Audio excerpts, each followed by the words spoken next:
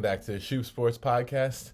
In today's video, we are going to be going over our wildcard daily fantasy picks for the Yahoo website. We use Yahoo on this site. We like to be different from everybody else. So, DraftKings, FanDuel, move out the way. We're going to be checking on Yahoo's prices and see who we like here. So before we get into specific positions, the most important thing to know for wildcard fantasy is no matter how well a player is done all year, you gotta play the matchups and the tempo of these games. So we're gonna start off by looking at our quarterbacks. First thing that comes to mind is, okay, we want quarterbacks that have negative game script, or at least have a chance at a competitive game. So the first quarterback on this list right here is Patrick Mahomes. He's listed at $37. The most expensive quarterback, and for good reason. He's had all playoff success in the world. He's a heavy favorite in this matchup versus Pittsburgh, and Pittsburgh's defense has not been living up to standard. But because Mahomes is a heavy favorite, is exactly why I do not like him this weekend. He could put up 20 points in the first half and just never be heard from again. So he's a stay away from me, especially at the highest price. I wouldn't say he's going to have a bad game, but I wanted to take someone else's boom game and use that money elsewhere.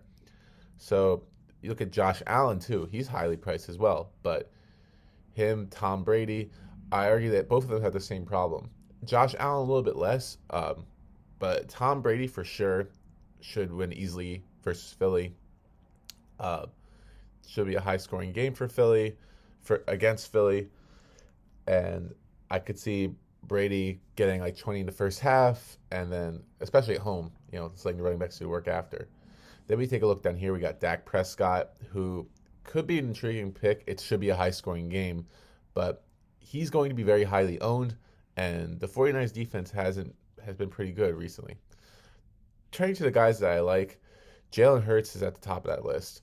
Jalen Hurts, perfect situation. He's in garbage time against Tampa Bay. Tampa Bay doesn't have the most excellent defense, but Hurts can certainly put up points, and he's got the rushing numbers for it.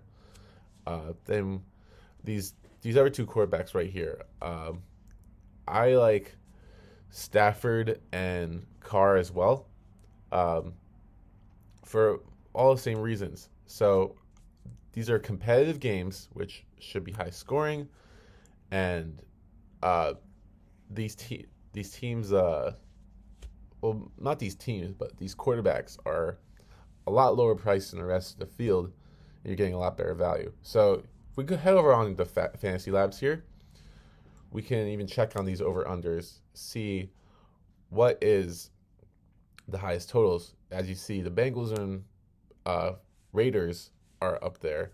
Basically, all these games, aside from the Patriots and Bills, and then if we scroll down a little bit more here, we'll see that the Steelers-Chiefs isn't projected high scoring, which is not good look for Mahomes, but obviously that has more to do with the Steelers than anything.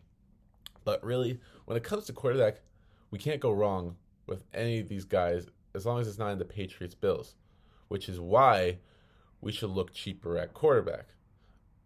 But in terms of boom potential, Derek Carr, he's cheap, but with the inconsistencies of that offense, I don't know how much they're going to be running it. Jimmy Garoppolo could be a good pick, but who knows how healthy he is with his thumb, and the Cowboys defense can step up.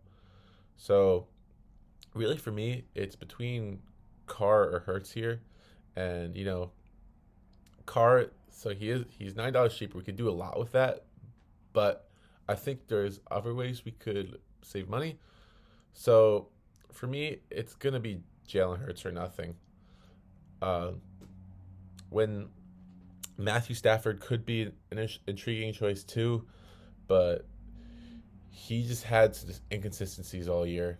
Just some games he'll put up his numbers, but a lot of other games he'll throw like multiple picks. He's questionable right now, but I don't think that'll be a concern. But I can't trust that the Rams won't be running the ball a lot like they have been all season. And in terms of other guys I haven't talked about, Joe Burrow, too highly priced for me, a little overrated. Um, I think it's the playoffs. The team should be stepping up a little bit more to guard the pass. Uh, Kyler Murray, he's had his ups and downs all year too. Too high for me at that price. So yeah, Jalen Hurts looks like the best bet for me here. Just the best upside total with price and potential boom. If we go over to the running back side, first thing I notice here is, okay, who's healthy for the Bucs? So we got Leonard Fournette. He is currently listed as IR, but he's the second most high running back for good reason, in a good game script matchup versus Philly. So like an example of bad game script is right here with Najee Harris. So he is the fourth highest running back for good reason, but there's no way I can see him having a good game in constant negative game script. Even with half PPR, it'd be better if it was full PPR. Definitely with half PPR, I could see one of his single-digit games. You know, he's had a few of those this year where he's just completely bottomed out, and that's usually when game script plus solid defense gets in the way. I want to check real quick about Leonard Fournette. See, okay, Buckers will get Leonard Fournette back for Sunday. Okay, so that's big news. If he was out, Ronald Jones could potentially be a big play, as maybe Keyshawn Vaughn, who should be a lot cheaper there. But Fournette at 28, coming off an injury, don't really like him at that price. And the other top-ranked running back is Joe Mixon. So he's 34, and I think Mixon can definitely have a big game. Positive game script there. 6-point favorite. Mixon's been getting the ball all year. He's probably one of the biggest studs on this board in this wild card round, but he is $6 higher than every other running back. There's a lot of good values in the 20s, so I want to keep looking at potentially other options. So let's see, Cardinals. That was last week's game. So let's take a look at the rushing totals right here for the Rams. So Sony Michelle, I like him as a pick, but I want to check Cam Akers. So you see, he's got 5 carries last week as opposed to Sony Michelle's 21. So you could see one is a 2-yard per carry average, another 0. But yeah, neither of them really did anything. That makes me pretty comfortable with Michelle with his snaps trending upward pretty recently, and him down at 19 as like the bell cow running back in a game where the Rams can definitely be leading. I think he's got good potential. See, like, I don't see how someone like Devin Singletary is rated over him. Sure, he's in a good offense, but Singletary really hasn't done much to prove anything all year. He's been reliable as Zach Moss was earlier in the year, and we know what happened to him.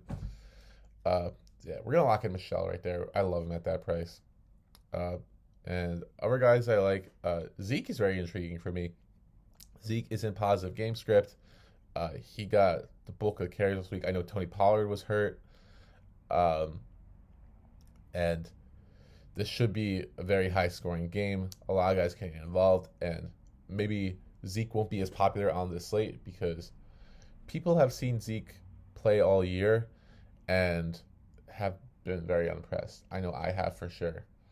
I just want to see if Tony Pollard played at all last week, because I'm wondering why I don't even see him on this board. Yes, Corey Clement, these other guys, I don't think they're benching Pollard, but not Zeke. So I'm gonna have to believe he was hurt. Cowboys get encouraging injury news. Okay, yeah, so they get Tony Pollard back, but that doesn't really affect my opinion on Zeke. If anything, it makes it stronger because Pollard is not fully healthy. That could allow a little more carries for Zeke. But really what I would do, so I love the Chiefs game script. So we got Clyde and Darrell Williams here, both very cheap. They're both questionable though. If they both play, they're not really plays for me. If one of them sits, they're absolutely playing RB2, as is Keyshawn Vaughn potentially, who, if Fournette is out, I like him over Ronald Jones as a play, especially because Ronald Jones burned me in the fantasy championship. But that's another story. We're going to go with Zeke, and we're going to move on to wide receiver. Wide receiver is a big disparity at the top. And once again, for a good reason. Cooper Kupp, of course, why not? Kupp is the highest been he's had one of the best fantasy seasons ever. And there's no reason to think you can't keep rolling with him. And then you got guys like Debo and Jamar Chase. And Debo, I kind of like in this matchup too. I think we want to target one of these guys just because we're going cheaper in line to get one of these guys. And, we want that boom potential. If we're saving money elsewhere, you want to spend up elsewhere. Just real quick. So, the thing with Jamar Chase, so he's up there too, and he could be highly owned, but okay, so Casey Hayward is playing. That's very important. The Raiders are actually a solid pass defense, and they usually hold number one receivers pretty well. As you can see, Keenan Allen was virtually erased in the Week 18 game. So Jamar Chase is a definite no for me. If I'm going heavy at wide receiver, it's going to be Kupp or Samuel. But that's exactly the reason why I like T. Higgins. So got a little jump the gun there, but with Jamar Chase getting the shadow coverage, I think that opens things up for Higgins in a high-scoring game to put up some points. And we're not using Mixon. I want to use at least one Bengal against this Raiders defense because the Bengals are going to score a lot of points. Who's it going to come from? I don't know, but I'll take that bet with Higgins at $21. And then we look at some of these other guys. There's a lot of good options. None of these options really stand out in me in particular, but we're looking for negative game script again. Negative game script for target hogs. Deontay Johnson could certainly qualify as such. And then really look at all these other options up here. Look at Tyreek Hill. He's questionable. You expect him to be okay. He's really fallen this last half of the year. And at $24, that's a very intriguing price to go get him at. But I don't believe he's completely healthy. But as it says in this little blurb right here, they don't particularly need him for this round. I don't think they will. So I'll let someone else take the risk on him. But for me, he's a no-go. So it's really going to be one of these other wide receivers down here. And then once we pick one of those, we go heavy at flex. So I'm going to lock in Debo right now, actually. I love Debo in this matchup in a potential negative game script, and he's such a playmaker, and he's really just because he's that much cheaper than Kupp, that I think he gets that value there. And then Deontay, like I mentioned before, negative game script, target hog. He's going to get all those passes from Big Ben, who's going to try to, he could try to buff up his playoff record. I could absolutely see him trying to do that. So, yeah, Deontay, Debo, I think this is a very explosive lineup. We could easily get 20 plus out of every player. Jalen Hurts, maybe even 30 if game script goes well. Now we're going to move on to tight end. And I'm not even going to debate this because I like Dallas Goedert here to combo Jalen Hurts. I always like to stack with my quarterback. But if there's other options you like, Travis Kelce could be a good option. It's not even the cheapest tight end. There's a lot of value there. George Kittle, he's going up a very solid Cowboys defense. So I'm pretty sure it has a lot to do with Micah Parsons. But the Cowboys have been dominating all year against tight ends. So let's look at this. Let's see, this is all tight ends. So we're looking at the average. Okay, so yeah, that's a season total. So that's the average there. Average less than a half touchdown versus tight ends. 54 yards a game, 4 catches. That's not exactly great numbers, and Kittle hasn't done a whole lot to end the year. And I just think that teams that know how to shut down the tight end will do that. And plus, we have Debo already, so we want to open up for him.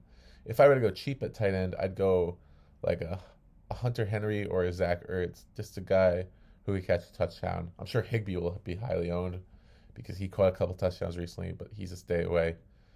Fryermuth could also benefit from garbage time, but I don't want two garbage time stealers. There's only so much ball that can go around in like a quarter and a half. So yeah, sticking with Goddard's a great play, and in garbage time against a not particularly great Tampa Bay defense, at least not as great as last year. But yeah, if you were, no matter what quarterback you're playing, I would highly advise stacking with one of his receivers to maximize your upside. So of course, before we go to flex, we got $30 left, and we want to have as much money to spend on a flex as possible. How I go about picking defenses is, let's look at the implied live totals. That's that second column on the left, and let's see who's projected low points. So we got the Patriots, the Eagles, the Steelers.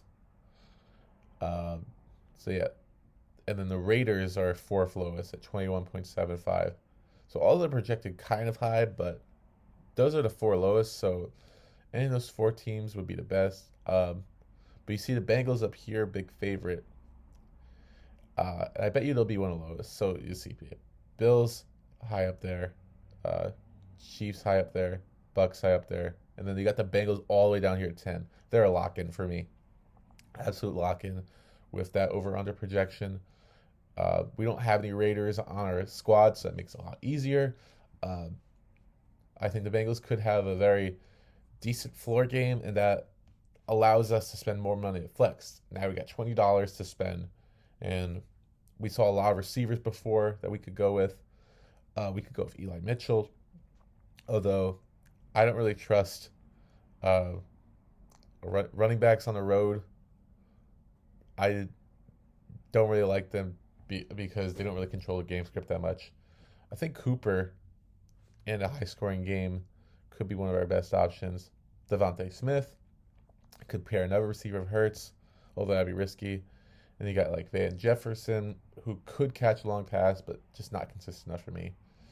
Yeah, most of these options right here I don't really like, but so I talked about before about the Chiefs running back situation, and if you're watching this, it's like Tuesday, so what I'm going to do is I'm going to lock in Cooper, but if one of those Chiefs running backs are out, then I am going to switch him in for Cooper because there's way more upside there. But if they both play or they're both out, Derek Gore becomes an intriguing play. But yeah, so if they both play, then my lineup stays like this. If one of them doesn't play, swap one of those running backs in for Cooper, and there you go. That's my lineup. Big boom play out of here. I wish everybody luck setting their own lineups. And yeah, so I hope you learned something from this video. And this is SchupSports signing out.